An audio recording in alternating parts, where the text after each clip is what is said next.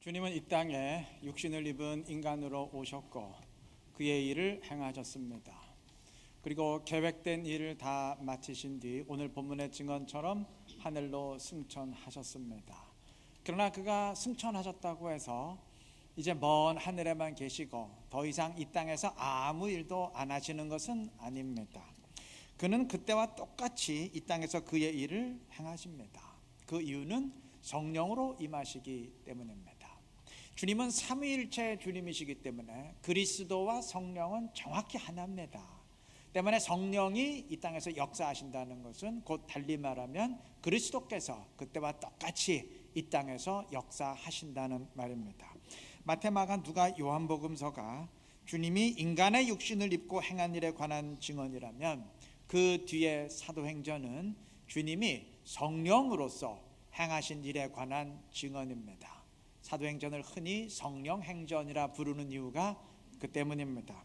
물론 사도행전의 내용을 보면 전부 사도들과 성도들이 행한 일처럼 보이지만 그럼에도 그것은 주님이 하신 일을 기록한 주님의 행전, 성령의 행전입니다. 왜냐하면 사도들이 행한 일이지만 사실은 주님께서 사도들을 통해서 행하신 일들이기 때문입니다.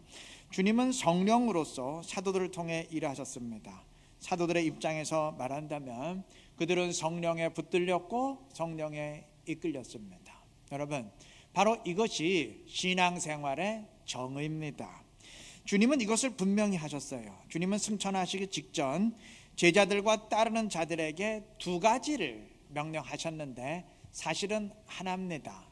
첫 번째 명령은 4절과 5절의 말씀입니다. 예루살렘을 떠나지 말고 아버지께서 약속하신 것을 기다리라. 너희는 몇 날이 못 돼서 성령으로 세례를 받으리라. 그러니까 성령의 세례, 즉 성령의 충만함을 받으라는 명령이었습니다. 두 번째 명령은 8절에 나옵니다. 오직 성령이 너에게 임하시면, 중간에 생략하고요, 내 증인이 되리라. 그러니까 약속하신 성령을 받음으로써 나의 증인, 곧 그리스도의 증인이 되라는 명령입니다.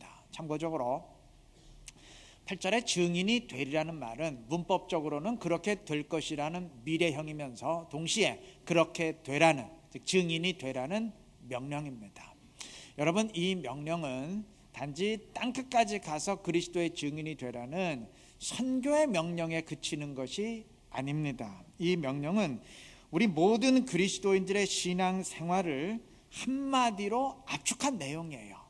그리스도인의 신앙생활이나 엄밀히 말하면 성령을 받음으로써 주님의 증인이 되는 것을 말합니다. 여러분, 주님은 성령이 임하시면 너희가 복음을 전하는 전도자가 되리라 하지 않으셨어요.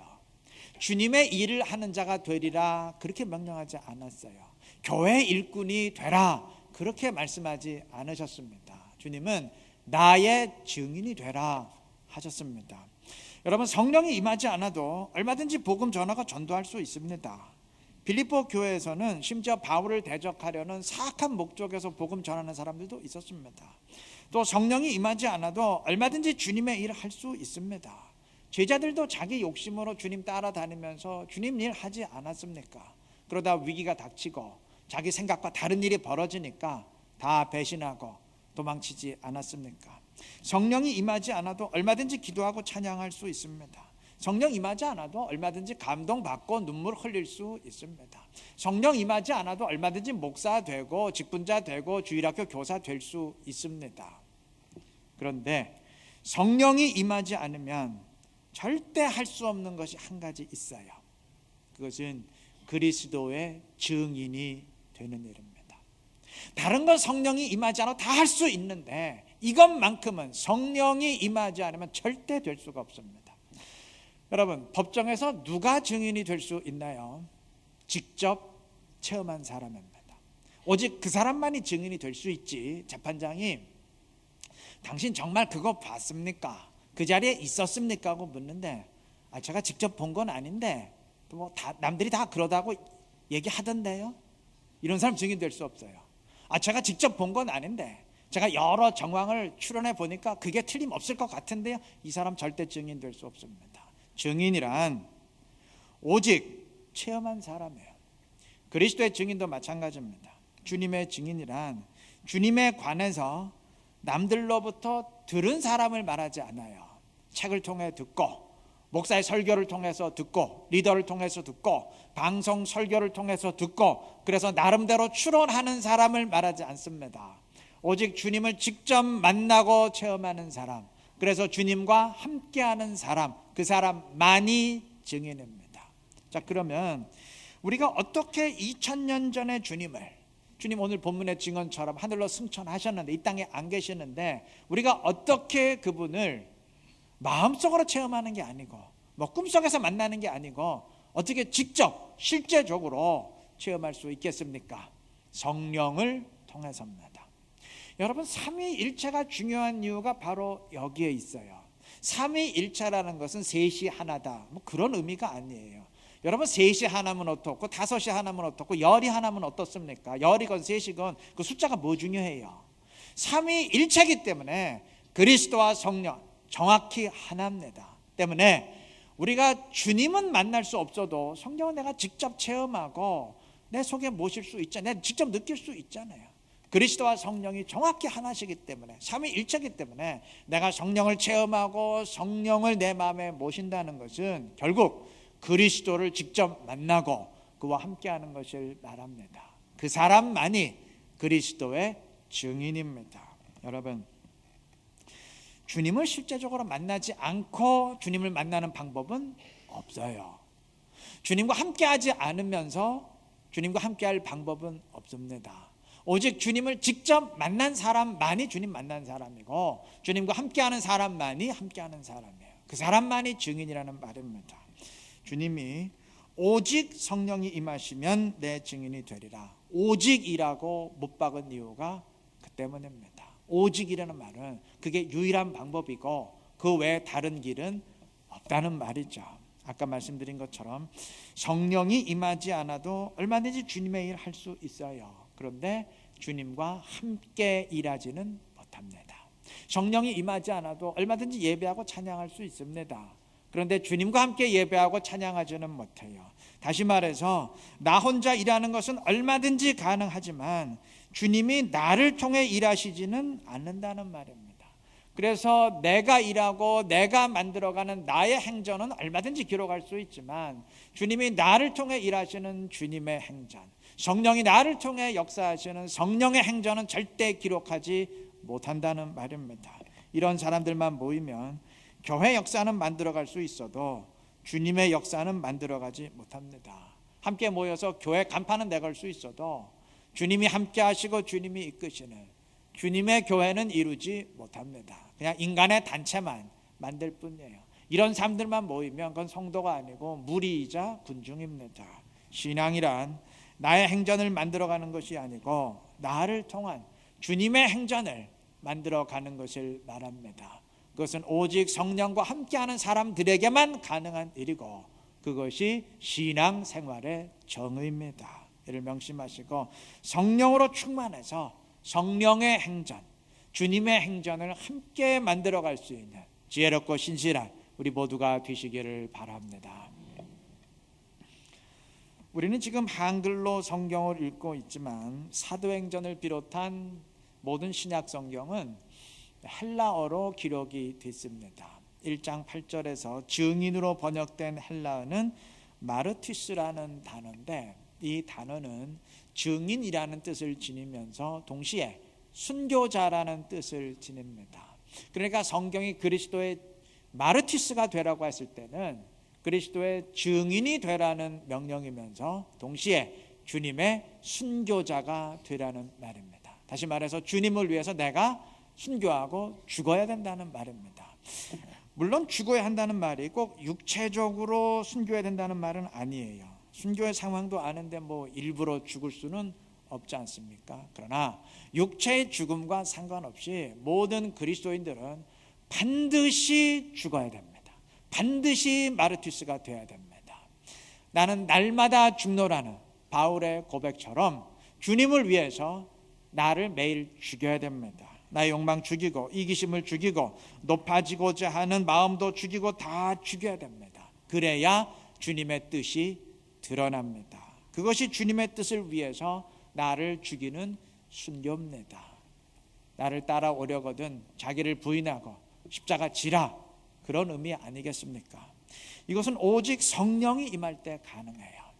여러분, 사람이 일시적으로 양보할 수는 있어요. 사안별로 자기의 뜻을 접을 수는 있습니다. 그러나 주님을 위해서 끝까지 나를 죽이지는 못해요. 인간의 욕망으로는 불가능합니다. 이건 성령이 임할 때만 가능합니다. 유명한 복음 증거자였던 D.L. 무디가 성령 충만을 설명하기 위해서 사람들에게 이런 질문했다고 합니다. 여러분, 여기 유리컵이 있는데 이 컵 안에서 공기를 다 빼내는 방법이 뭘까요? 사람들이 답변합니다. 글쎄요, 공기 압축기를 사용하면 될까요? 안 됩니다. 그러면 컵이 깨지게 됩니다. 그러면서 무디는 주전자의 물을 컵 안에 가득 부었습니다. 공기가 남아 있었을까요? 없었을까요? 네, 그 물로 인해서 컵의 공기가 다 빠져나가게 됐습니다. 지금 이게 대충 무슨 의미인지 짐작이 되시죠?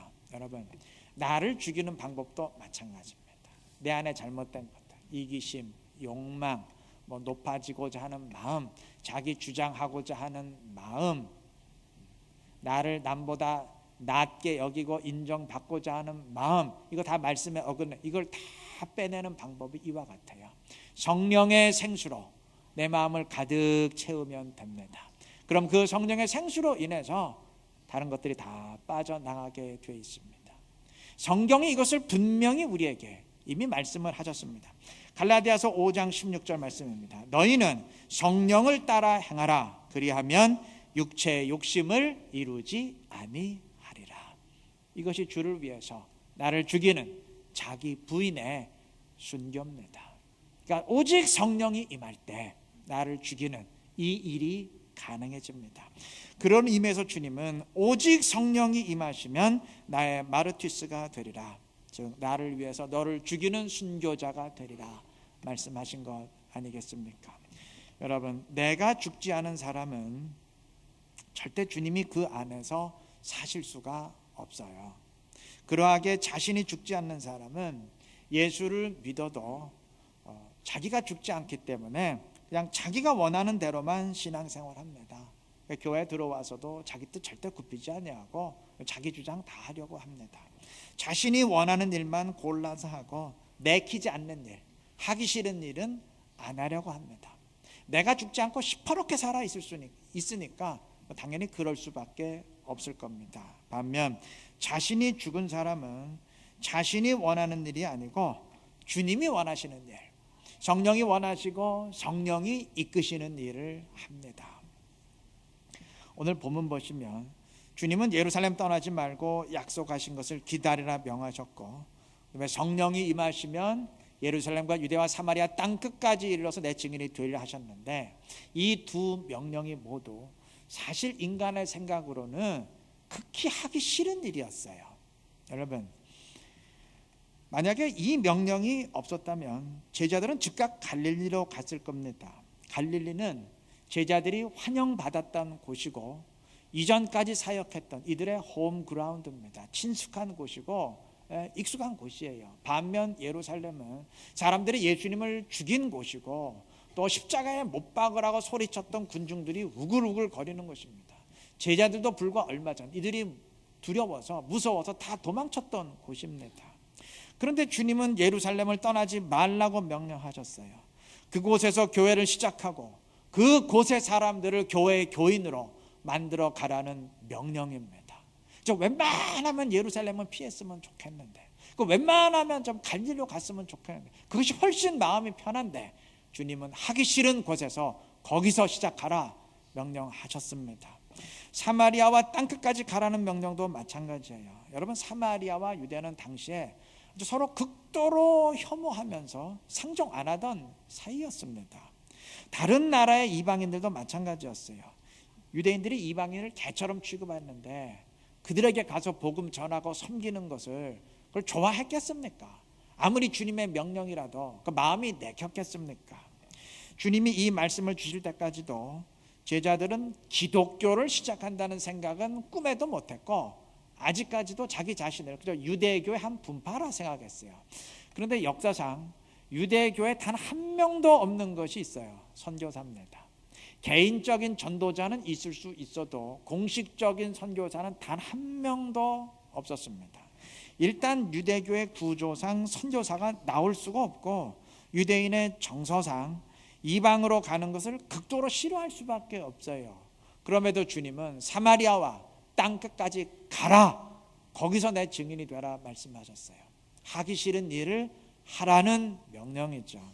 여러분, 주님은 처음부터 하기 싫은 일을 하라 명하셨습니다.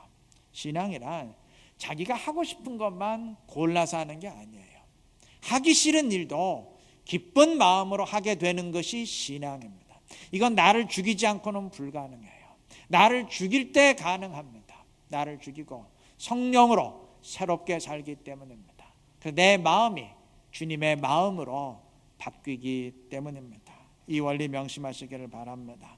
그래서 성령으로 충만함으로써 나를 죽이고 성령 안에서 주님을 향해 새롭게 살아갈 수 있는 지혜롭고 신실한 우리 이루는 게 모든 성도님들 되시기를 바랍니다.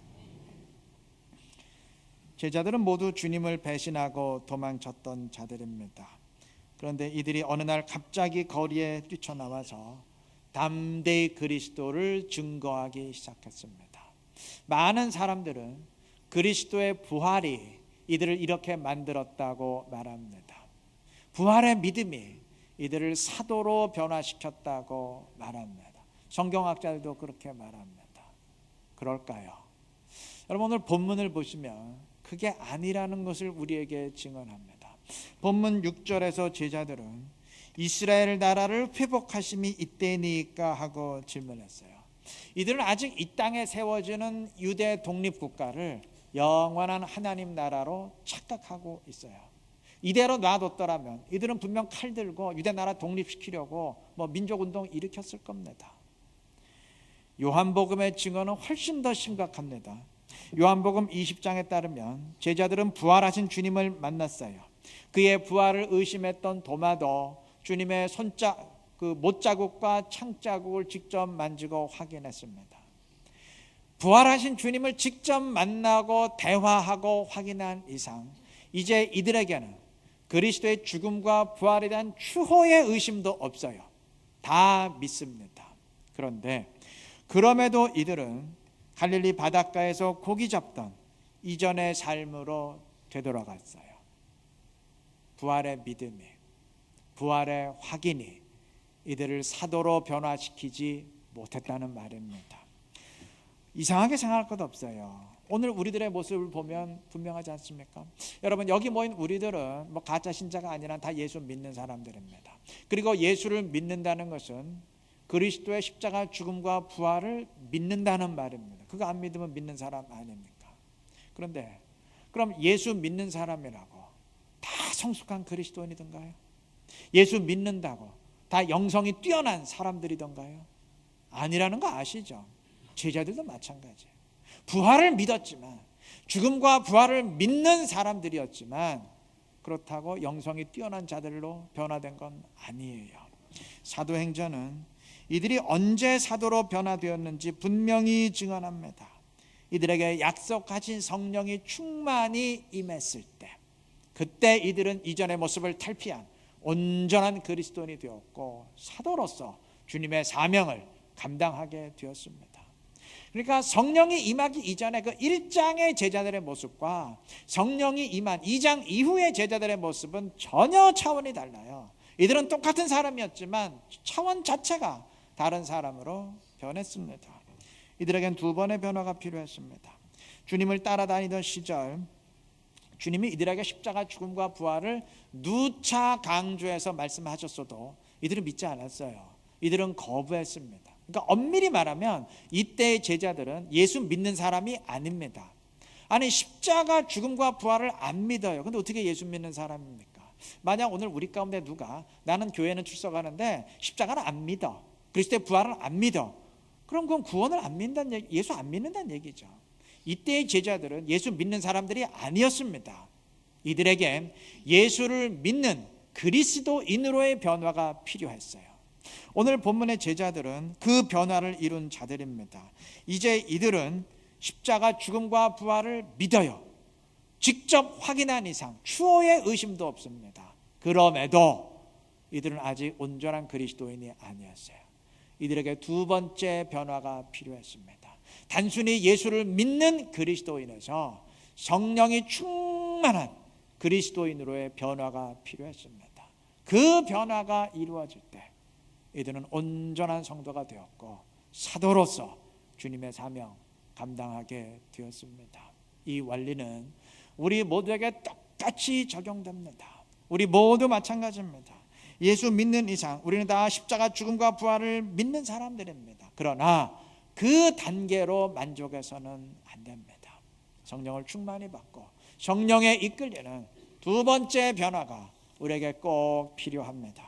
물론 성령으로 말미암지 않고는 그리스도를 주라 믿을 수 없다는 점에서 우린 다 성령으로 거듭난 사람들입니다. 성령의 사람이에요. 그러나 성령으로 거듭났다고 해서 자동적으로 성령 충만한 것은 아닙니다. 다 아시죠? 두 번째 변화가 있어야 됩니다. 이 변화를 사모하시기 바랍니다.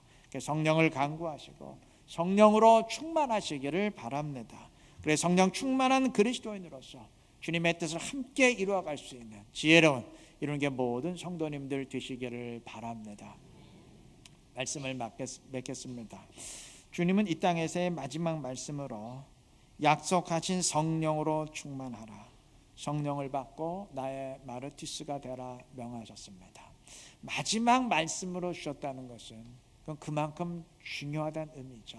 이거 하나만 기억하고 이거 하나만 되면 된다, 그러한 의미죠. 여러분 맞습니다. 성령이 함께하면 내 영이 살고 내 신앙이 삽니다. 이건 뒤집어 말해도 사실이에요. 성령과 함께하지 않으면 내 영이 죽어요. 교회는 왔다 갔다 하는데 이건 무늬만 그리스도인이지 진짜 능력 있는 영성 있는 그리스도인 되지 못합니다. 우리 속담에 이런 말이 있어요. 우물 곁에서 목말라 죽는다. 들어보셨죠? 아니 우물을 옆에 두고도 갈증에 허덕이거나 목말라 죽는다면 그 얼마나 답답하고 어리석은 사람이겠습니까? 그런데 오늘 우리도 얼마든지 영적으로 이룰 수 있어요. 주님은 요한복음 7장 37, 8절에서 말씀하셨습니다. 누구든지 목마르거든 내게로 와서 마시라. 나를 믿는 자는 성경의 이름과 같이 그 배에서 생수의 강이 흘러나오리라. 주님이 믿는 자에게 생수의 강을 약속하셨어요. 그럼 그 생수의 강이 뭘까요? 성경이 직접 설명했습니다. 바로 그 다음 39절. 이는 그를 믿는 자들이 받을 성령을 가리켜 말씀하신 것이라. 주님은 성령의 생수의 강, 즉 성령의 생수를 약속하셨고 누구든지 오라 초청하셨습니다. 우리는 다 예수님 앞에, 그 예수님 앞에 나온 자들이에요. 그런데도 그 생수를 마시지 못하고 영적으로 목말라 하거나 영적으로 죽어간다면 이건 정말 성령의 생수를 옆에 두고도 목말라 죽는 그런 답답하고 어리석은 사람 아니겠습니까? 진리는 먼 데 있지 않습니까? 먼 데 있지 않습니다. 생명의 길은 먼 데 있지 않아요. 가까이 있는데 찾지 못하고 있을 뿐입니다. 교회는 주님의 집인데 부디 주님의 집 안에 들어와 있는 것에 만족하지 마시고 주님을 만나시기를 바랍니다.